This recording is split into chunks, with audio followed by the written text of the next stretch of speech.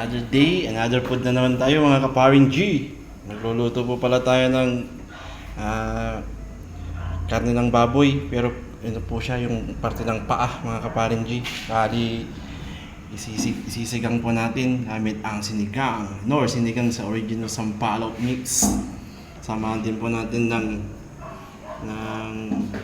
okra, talong, bawang, sibuyas at luya. Tsaka yung pinagugasan ng bigas mga kaparing G. Tapos yung ating karne. Wala pa akong nabiling kamatis. Kulang po ulit yung aking rekado mga kaparing G. Pero pwede na yan.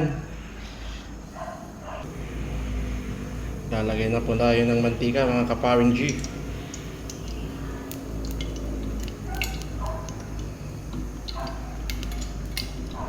Tapos ikutin po natin para mabilis na uminit yung mantika.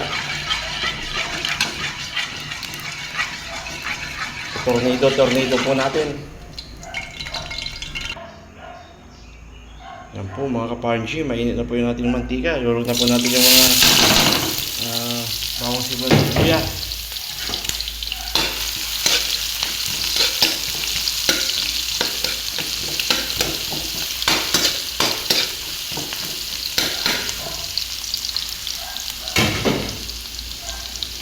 Lagyan na rin po natin yung paminta mga kaparing G.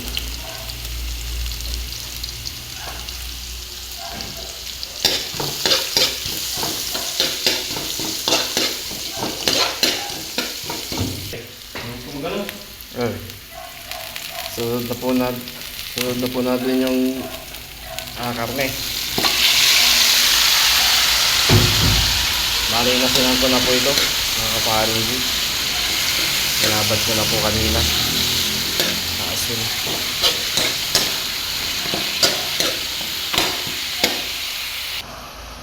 Tinakpan ko po muna para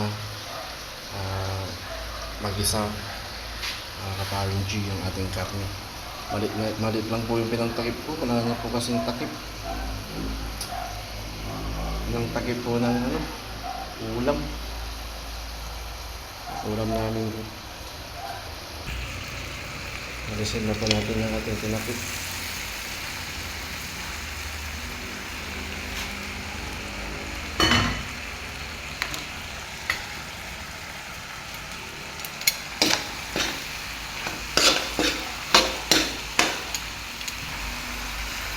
Ibubuhos ko na rin po pala yung ating pinakakaso ng bigas mga kaparing G.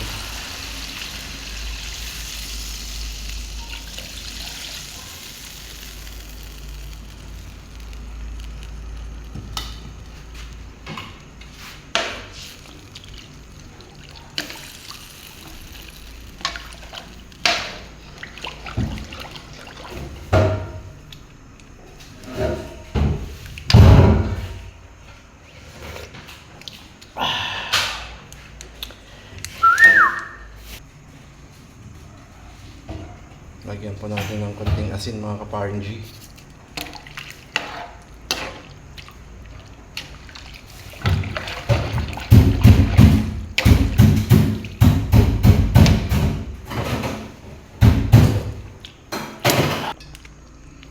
Kumukulo na po mga kaparing G. Lagyan na po natin yung sinigang sa Sampalok.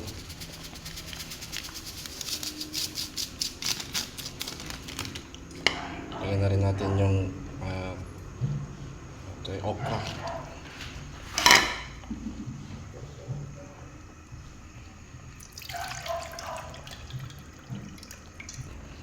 Lagyan na rin po natin yung talong mga kaparing.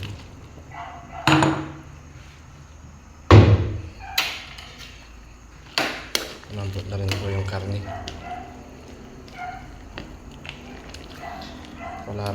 Wala lang kamatis pero goods na yan. Sarap.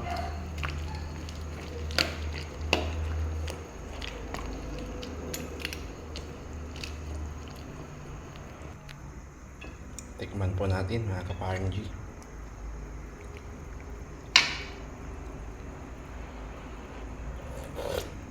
Ay, sarap.